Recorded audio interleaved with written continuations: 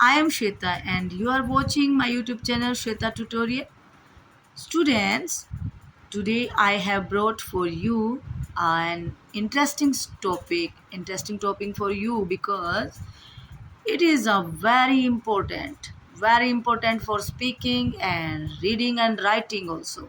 And that's why I have brought for you preposition because preposition is not small topic.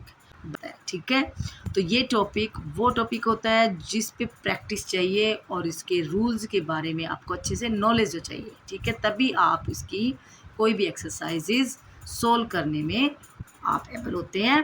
तो without wasting time we start our today's topic. मैं आज इसमें prepositions के rules हैं और ये rules ही मैं आपको बताना चाह रही थी ताकि बच्चों को क्या होता है कि कई बार ये रूल्स इकट्ठे नहीं मिल पाते हैं। और दूसरी बात, हम कई बार ये सोचते हैं कि बस हमने एक्सरसाइजेज कर ली, नहीं, पहले हमें रूल्स पता होना चाहिए तभी हम सोल्व कर पाते हैं एक्सरसाइजेज। तो आज मैंने पहले रूल्स देखने हैं, उसके बाद में मैं आपको नेक्स्ट वीडियोज़ में और इसके रूल्स और इसके कुछ वर्ड्स होते हैं जो फॉलोड बाय प्रेपोजिशंस होते हैं वो लेके आऊँगी। कुछ वर्ड्स ऐसे होते हैं जो हम प्रेपोजिशंस के साथ में ही यूज़ करते हैं और वो भी बहुत इंपॉर्टेंट होते हैं हमारी स्पीकिंग और राइटिंग में, मीन्स हमारी इंग्लिश में। ठीक है, सो हमारी इंग्लिश के लिए वो बहुत इंपॉर्टेंट होते हैं। तो आज मैं स्टार्ट करना चाह रही थी इसके ये रूल्स। ठीक है, इसमें कुछ रूल्स हैं जैसे कि हमें ये तो सभी को पता है कि इन, ऑन, अंडर, अबव, जो भी प्रेपोजिशन वर्ड्स हैं बहुत सारे हैं, तो उनके बारे में हमें पता होता है कि ये वर्ड्स हैं, लेकिन वो कहाँ कहाँ पर आते हैं ये रूल्स थोड़ा सा हम जानेंगे आज। तो ऑन जो होता है ना, ऑन किस किस के साथ में ज़्यादातर आता है? देखो, ऑन एक तो सरफेस ऑफ द किसी भी थिंग, किसी भी सरफेस, टेबल का सरफेस होता है ना, किसी भी आप लगाएं कि कोई भी जिस पे हमारी कोई थिंग रखी है लेकिन वो सरफेस को टच करके रखी है, तो वो ऑन के लिए हम वहाँ पे प्रेपोजिशन यूज़ करते हैं वहाँ पर। और कुछ यहाँ पर दे रखे हैं कुछ रूल्स और भी हैं जो डेज ऑफ द वीक और डेट्स, इनके साथ में ऑन का यूज़ होता है। जैसे कि on Monday, on January, on 1 January, on 2 October, on 14 जनवरी, इस तरीके से आप कोई भी ऐसे जब आप डेट के बारे में बात करेंगे तो आप ऑन लगाएंगे वहाँ पे। ठीक है, इन का देखें, इन जैसे कि सीजन्स, मंथ्स और time of the day, year, इन सब के साथ में। जैसे कि इसमें एग्जांपल्स में आप देखें कि इन अगस्त और in winter, in morning, in the morning in 2006, तो ये इन यहाँ पे ऐसे इस तरीके से यूज़ किया जाएगा। ठीक है, और एट कहाँ पर यूज़ होता है? जैसे कि टाइम के साथ हमें पता है कि एट 8 o'clock, एट 6 o'clock, ऐसे ऐसे हम कितनी हमने सेंटेंसेस हम देखते हैं।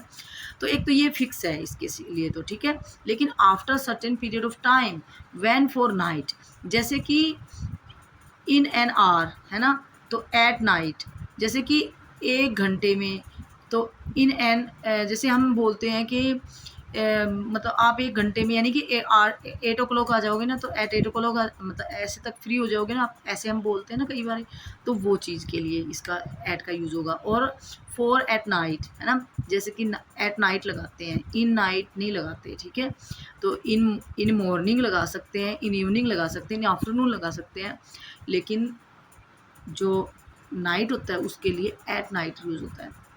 फॉर वीकेंड, अब वीकेंड कैसे कि जैसे एट द वीकेंड हम बोलते हैं ना कि वीकेंड पे हमने ये करना वो करना, तो उसके लिए एट द वीकेंड।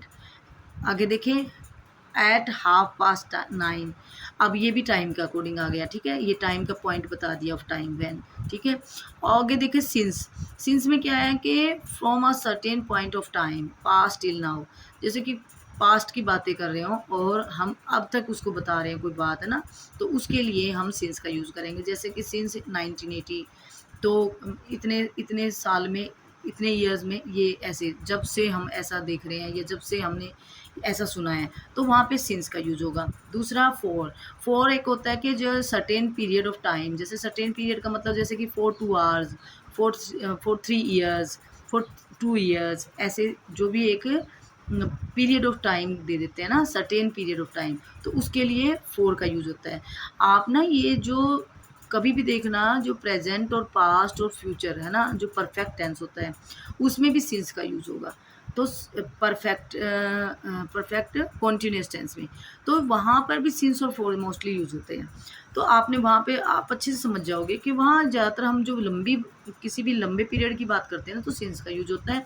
और जो शॉर्ट टाइम के लिए हम यूज़ कर रहे हैं कोई चीज़ तो उसका लिमिट होती है, उसका एक फिक्स होता है पीरियड, उसका सर्टेन होता है। तो उस सर्टेन पीरियड के हिसाब से उसको 2 ईयर्स के हिसाब से, जैसे कि 2 आवर्स के हिसाब से, 2-3 आवर्स के 2 या 2 से 3 आवर्स ऐसे हम बोलते हैं ना, तो ये यहाँ पे 4 का यूज़ होगा।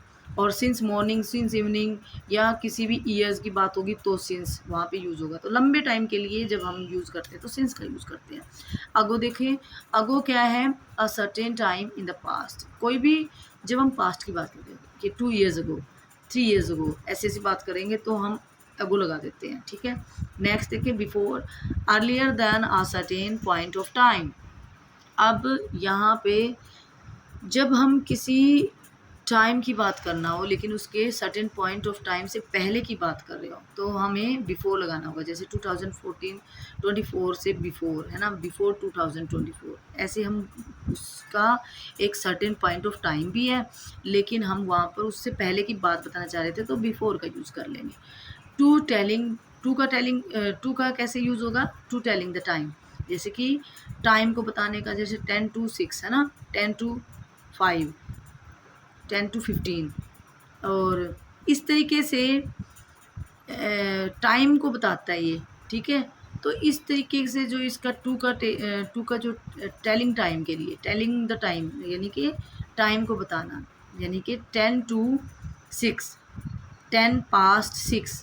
अब ये पास्ट को कैसे यूज़ करता है? जैसे कि टेलिंग द टाइम ही है ये, लेकिन ये 10 past 6 यानी कि आप अगर time according to watch clock के अकॉर्डिंग देखते हैं तो हम किसी को भी टाइम बताते हैं तो हम कैसे बताते हैं?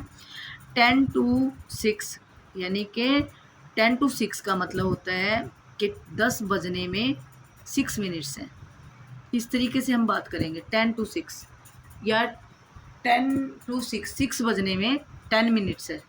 10 अगर हम 10 के अलावा हम लगा देते हैं 5 to 6, इसका मतलब जो 5 मिनट रह गई हैं किसमें? 6 बजने में। तो ये आप क्लासेस में बच्चों को सिखाया जाता है 10 to 6 या 10 past 6। 10 past 6 का मतलब होता है जब हम पास्ट लगा देते हैं ना तो वो टाइम बज के इतना हो गया है, यानी कि बज के कितने मिनट्स हो गए हैं तो वो पास्ट में चला जाता है, पास्ट लगाते हैं। अगर यहाँ पे 10 past 15 भी कर सकते हैं, यानी कि उसको क्वार्टर पास्ट भी बोल सकते हैं, क्वार्टर पास्ट 10 भी बोल सकते हैं उसको। तो इस तरीके से ये टाइम टेलिंग का जो ये पीरियड को बताने के लिए होता है। तो टू का और पास्ट का क्या रोल है कि टू पहले के लिए बताने के लिए, जैसे टाइम बजने से पहले कितनी मिनट है और बजकर कितना हो गया उसमें पास्ट, ये है। टू और टिल और अनटिल, इन तीनों का, टिल और अनटिल है ना, इनका क्या क्या है? जैसे कि टू टिल अनटिल, तो in marking the beginning and end of a period of time in the sense of how long something is going to last in the sense of the at the latest। इसमें जो marking beginning है ना, जो beginning का time होता है and end of a period of time from Monday to till Friday, यानी कि मंडे से फ्राइडे तक का टाइम, उसके लिए टू लग गया और टिल भी लग गया, क्योंकि मंडे से कब तक? फ्राइडे तक, ऐसे टिल लग गया वहाँ पे। तो मंडे टू फ्राइडे कह सकते हैं वहाँ पे और मंडे टिल फ्राइडे भी कह सकते हैं, ठीक है। तो टिल भी आ सकता है वहाँ पे, टू भी हो सकता है यूज़। आगे देखिए, अनटिल मतलब अब तक तुमने ऐसा नहीं किया तो अनटिल का यूज़ होता है, ठीक है। जैसे कि हम थोड़ी देर के लिए यहाँ पे एक एग्जांपल दे रखा है, he is on holiday until Friday, यानी कि वह हॉलीडे पर होगा, कब तक रहेगा? मतलब ही इज़ ऑन है, मतलब वो हॉलीडे पर कब तक? अनटिल फ्राइडे, यानी कि फ्राइडे जब तक नहीं आ जाएगा, यानी कि हॉलीडे उसकी है जब तक कि फ्राइडे ना आ जाए, है ना। यानी कि वो तब तक फ्राइडे तक वहाँ पर हॉलीडे पे है, नहीं आएगा यानी कि, ठीक है। तो he is on holiday until Friday. ऐसे इस तरीके से अंटिल का यूज़ किया। Next bye. बाय का कैसे यूज़ होगा? In the sense of at last, at the latest. At the latest में जैसे कि he will be back by 6 o'clock, वह वापस मुड़कर आया। कब कब आएगा? बाय 6 o'clock मीन्स वह 6 o'clock तक आ जाएगा, मतलब ही विल बी बैक, ठीक है। और एट द लेटेस्ट मतलब 6 o'clock तक तो वो आ ही जाएगा, ऐसे। Up to a certain time, और कुछ सर्टेन टाइम जैसे कि बाय 11 o'clock, इतने बजे तक, ऐसे मतलब कंप्लीट काम मैं complete, I have to complete my work, इतने बजे तक मुझे अपने काम कंप्लीट करना है। तो बाय 11 o'clock, बाय 6 o'clock ऐसे लगाकर हम टाइम का मेंशन करते हैं वहाँ पर। आई हैड रीड 5 पेजेस, और मैं मतलब पढ़ चुका हूँ, कितने पढ़ चुका था, कितने? आई हैव रेड 5 पेजेस, मतलब मैं पढ़ चुका था 5 पेजेस, कितने बजे तक? 11 o'clock तक। तो ये टाइम के लिए भी बाय का यूज़ हो गया यहाँ पे। तो यहाँ तक मैंने आपको कुछ प्रेपोजिशंस रूल थे जो आपने देखा यहाँ पे, इनके रूल्स के अकॉर्डिंग हमें अच्छे से हम उस एक्सरसाइज को सोल्व कर पाएंगे और उन एक्सरसाइज को हम समझ भी पाएंगे। So next rules we will do in our next video. If you like my this videos, subscribe my channel and like this video. Thank you.